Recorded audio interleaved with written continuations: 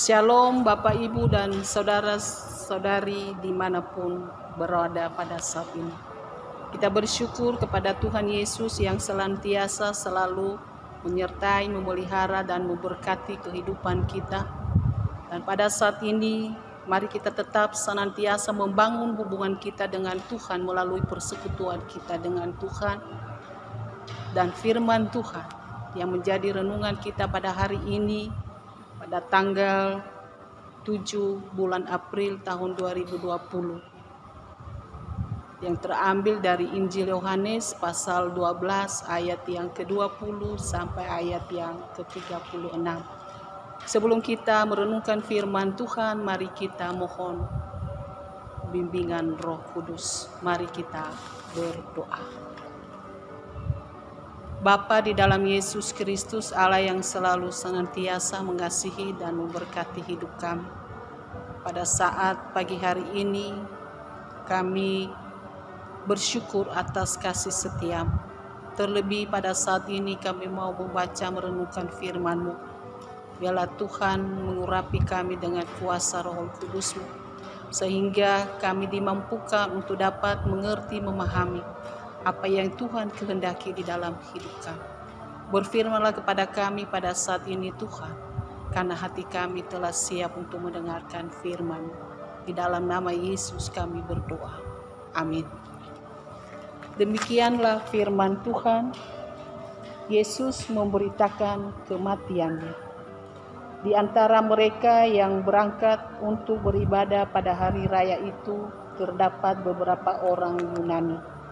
Orang-orang itu pergi kepada Filipus yang berasal dari Betsaida di Galilea, lalu berkata kepadanya, "Tuan, kami ingin bertemu dengan Yesus." Filipus pergi memberitahukan kepada Andreas. Filipus menyampaikan pula kepada Yesus. Tapi Yesus menjawab mereka, katanya, "Telah tiba saatnya Anak Manusia dimuliakan. Aku berkata kepadamu, sesungguhnya jikalau biji gandum tidak jatuh ke dalam tanah dan mati, ia tetap satu biji saja. Tetapi jika ia mati, ia akan menghasilkan banyak buah. Barang siapa mencintai nyawanya, ia akan kehilangan nyawanya. Tetapi barang siapa tidak mencintai nyawanya di dunia ini, ia akan memeliharanya untuk hidup yang kekal. Barang siapa melayani aku, ia harus mengikuti aku. Dan di mana aku berada, di situ pun pelayanku akan berada. Barang siapa melayani aku, ia akan dihormati Bapa. Sekarang jiwaku terharu, dan apakah yang akan kukatakan? Bapa, selamatkanlah aku dari saat ini. Tidak, sebab untuk itulah aku datang ke dalam saat ini. Bapa, muliakanlah namamu, maka terdengarlah suara dari surga. Aku telah memuliakannya dan aku akan memuliakannya lagi. Orang banyak yang berdiri di situ dan mendengarkannya berkata, bahwa itu bunyi guntur. Ada pula yang berkata, seorang malaikat telah berbicara dengan dia. Jawab Yesus, suara itu telah terdengar bukan oleh karena aku, melainkan oleh karena kamu. Sekarang berlangsung penghakiman atas dunia ini. Sekarang juga penguasa dunia ini akan dilemparkan keluar. Dan aku, apabila aku ditinggikan dari bumi, aku akan menarik semua orang datang kepadaku. Ini dikatakannya untuk menyatakan bagaimana caranya ia akan mati. Lalu jawab orang banyak itu, kami telah mendengar dari hukum Taurat bahwa Mesias tetap hidup selama-lamanya. Bagaimana mungkin engkau mengatakan bahwa Anak Manusia harus ditinggikan? Siapakah Anak Manusia itu? Kata Yesus kepada mereka, hanya sedikit waktu lagi terang ada di antara kamu. Selama terang itu ada padamu, percayalah kepadanya, supaya kegelapan jangan menguasai kamu. Barang siapa berjalan dalam kegelapan, ia tidak tahu kemana ia pergi. Percayalah kepada terang itu, selama terang itu ada padamu, supaya kamu menjadi anak-anak terang. Sesudah berkata demikian, Yesus pergi bersembunyi dari antara mereka. Yang berbahagia ialah mereka yang mendengarkan firman Allah dan yang memeliharanya. Amin. Saudara-saudari yang dikasihi oleh Tuhan, tema firman Tuhan kepada kita pada hari ini berbicara adalah percaya kepada terang. Bagi manusia pada umumnya, kematian merupakan suatu hal yang menakutkan. Ada juga yang memiliki pemikiran bahwa kematian merupakan malapetaka. Namun bagi orang percaya, tidak dipandang sebagai kemalangan, melainkan keuntungan. Mengapa? Kematian bukan akhir dari segala-galanya. Dan pada hari ini kita mendengarkan ada beberapa hal yang harus kita perhatikan di dalam firman Tuhan. Poin yang pertama, bahwa orang-orang Yunani datang merayakan hari raya Paskah. Orang-orang Yunani ini adalah mereka yang sudah menganut agama Yahudi, dan mereka juga ikut ambil bagian di dalam merayakan hari raya itu. Dan mereka sangat rindu untuk berjumpa dengan Yesus. Sehingga mereka datang kepada Filipus. Mereka katakan kepada Filipus, Tuhan, kami ingin bertemu dengan Yesus. Artinya mereka sangat rindu untuk berjumpa dengan Yesus, mendengarkan apa yang diajarkan kepada mereka. Dan pada saat itu Filipus dia memberitahukan kepada Andreas, dan mereka sama-sama memberitahukan kepada Yesus. Saudara-saudara yang kekasih di dalam Tuhan, pada saat mereka menyampaikan apa kerinduan orang-orang Yunani ini untuk menjumpai Yesus, maka jawaban Yesus kepada mereka di dalam ayat yang ke-23, dia katakan, telah tiba saatnya anak manusia dimuliakan. Artinya bagi Yesus, kematian sebagai kemuliaan. Sedangkan bagi orang-orang pengikutnya merupakan penghinaan. Kita harus tahu bahwa salib bukan penghinaan, melainkan kemuliaan. Maka Yesus menegaskan di dalam ayat yang ke-24, katakan bahwa gandum yang tidak jatuh ke dalam tanah dan mati, ia tetap satu biji saja. Tetapi jika ia mati, ia akan menghasilkan banyak buah. Biji gandum yang dimaksudkan di sini adalah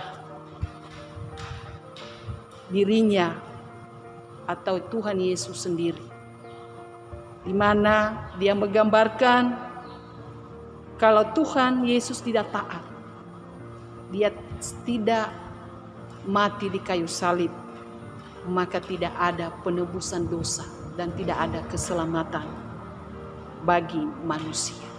Manusia akan tetap menanggung kematian akibat dosa, seperti yang tertulis dalam Roma 6 ayat yang ke-23.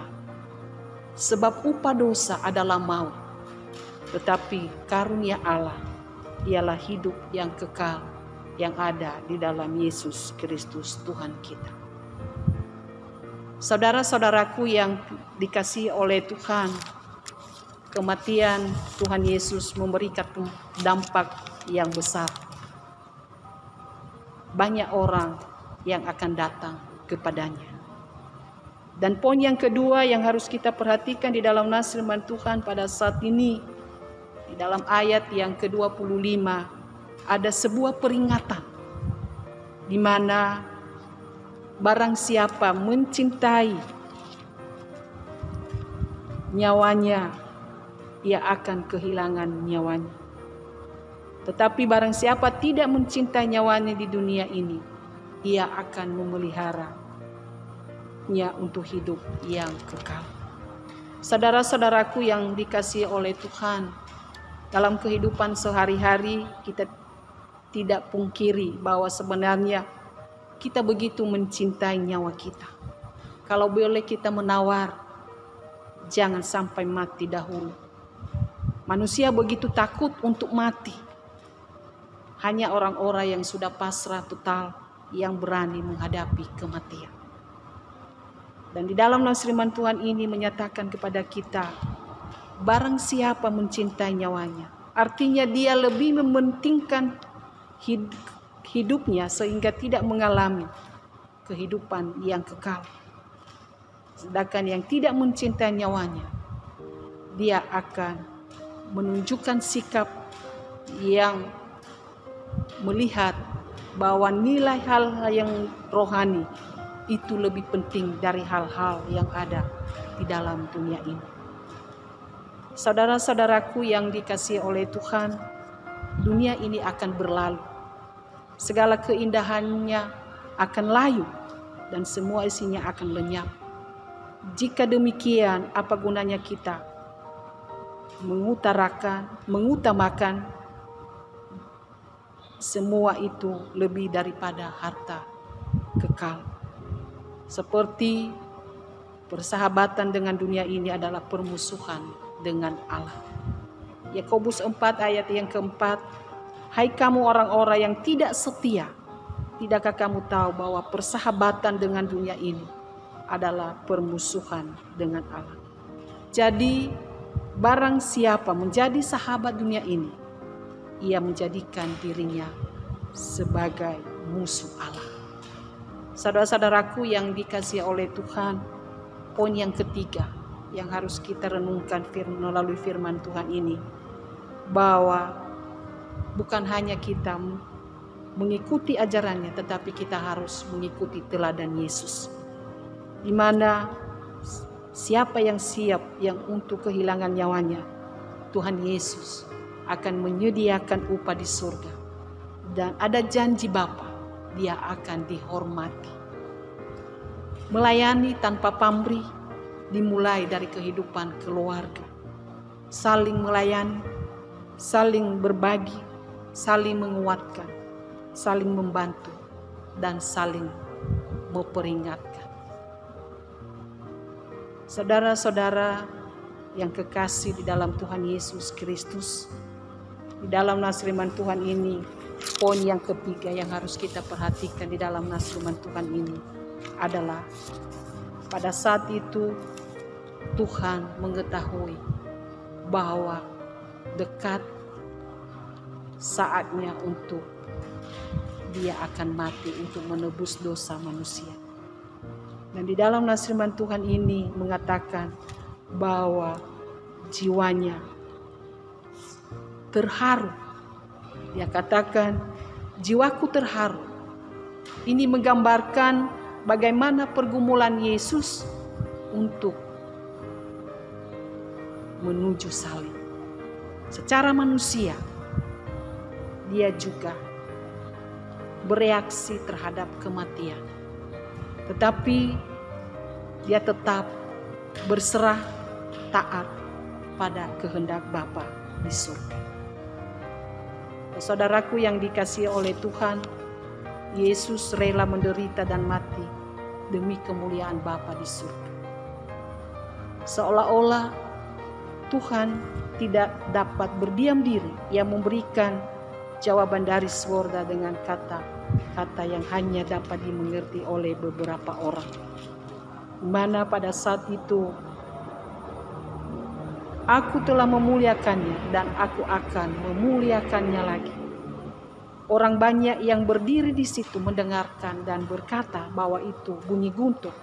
Ada pula yang berkata adalah seorang malaikat datang kepada Yesus. Saudara-saudaraku yang kekasih di dalam Yesus Kristus, di dalam firman Tuhan ini menyatakan kepada kita bahwa ketaatan Yesus terhadap Bapa-Nya di atas kayu salib melangsungkan penghakiman atas dunia ini. Salib adalah penghakiman dosa, dunia dihukum, penguasa dunia akan dilemparkan keluar. Hal ini berbicara tentang iblis sebagai penguasa dunia ini. Dalam Efesus 6 ayat yang ke-12, karena perjuangan kita bukan melawan darah dan daging, tetapi melawan pemerintah-pemerintah, melawan penguasa-penguasa, melawan penghulu-penghulu dunia yang gelap ini, melawan roh-roh jahat di udara. Dan Yesus berkata, pada saat dia ditinggikan dari bumi ini menuju pada salib. Artinya pengorbanan Yesus di atas kayu salib menarik semua orang datang kepadanya. Bagi dunia, kematian Yesus merupakan kekalahan. Tapi yang pasti, kematian Yesus memberi jaminan keselamatan bagi setiap orang yang percaya kepadanya. Saudaraku yang dikasihi oleh Tuhan, di dalam firman Tuhan kepada kita pada hari ini, percaya kepada terang itu artinya kita harus percaya kepada Yesus sebagai sumber kehidupan manusia yang terus-menerus tanpa berhenti. Firman Tuhan berkata di dalam Yohanes 5 ayat yang ke-24, Aku berkata kepadamu, sesungguhnya barang siapa mendengar perkataanku dan percaya kepada Dia yang mengutus aku, ia mempunyai hidup yang kekal dan tidak akan turut dihukum, sebab ia sudah pindah dari maut ke dalam hidup. Artinya orang yang sudah percaya kepada Yesus, maka kehidupannya telah dipindahkan dari kegelapan kepada terang yang sesungguhnya, yang hanya ada di dalam Yesus Kristus. Dan yang terakhir, dalam firman Tuhan ini kita melihat bagaimana Yesus dia pergi dan bersembunyi. Artinya inilah merupakan akhir pelayanan Yesus di dunia. Saudara-saudara yang kekasih di dalam Yesus Kristus, aplikasi firman Tuhan kepada kita pada hari ini yang menjadi pelajaran bagi kita, poin yang pertama adalah supaya kita tetap senantiasa mengasihi Tuhan dalam segala situasi. Mari kita tetap punya komitmen di dalam diri kita bahwa kita akan membawa jiwa-jiwa yang baru kepada Tuhan. Dan yang kedua, kita harus memahami penderitaan Yesus di atas kayu salib, di mana melalui penderitaan Yesus kita harus merefleksikan di dalam hidup kita apa yang harus kita matikan. Tentu bukan nyawa kita, melainkan segala kesenangan-kesenangan kita, segala dosa-dosa yang masih mengikat kita, dan kelemahan-kelemahan kita. Mari kita bawa kepada Tuhan sehingga kita dapat dibebaskan dari setiap belenggu-belenggu dosa. Dan yang ketiga, mari kita tetap berserah kepada kehendak Tuhan, bukan kepada kehendak kita sendiri. Dan yang keempat, tetap percaya kepada Yesus Kristus sebagai sumber kehidupan kita.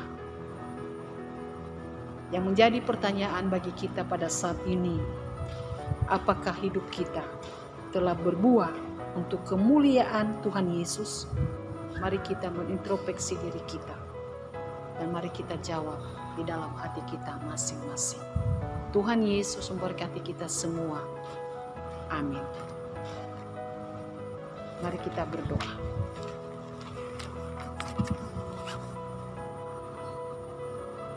Ya Tuhan Allah kami yang bertakhta di dalam kerajaan surga, Allah yang menciptakan langit dan bumi beserta segala isi. Pada saat ini kami sangat bersyukur atas kebenaran firman-Mu yang selalu senantiasa Tuhan ajarkan bagi kami. Supaya di dalam kehidupan ini kami tetap percaya kepada terang yang telah datang ke dalam dunia. bahwa terang yang sesungguhnya adalah hanya Yesus Kristus, di mana Tuhan rela mati bagi kami untuk menebus dosa-dosa kami.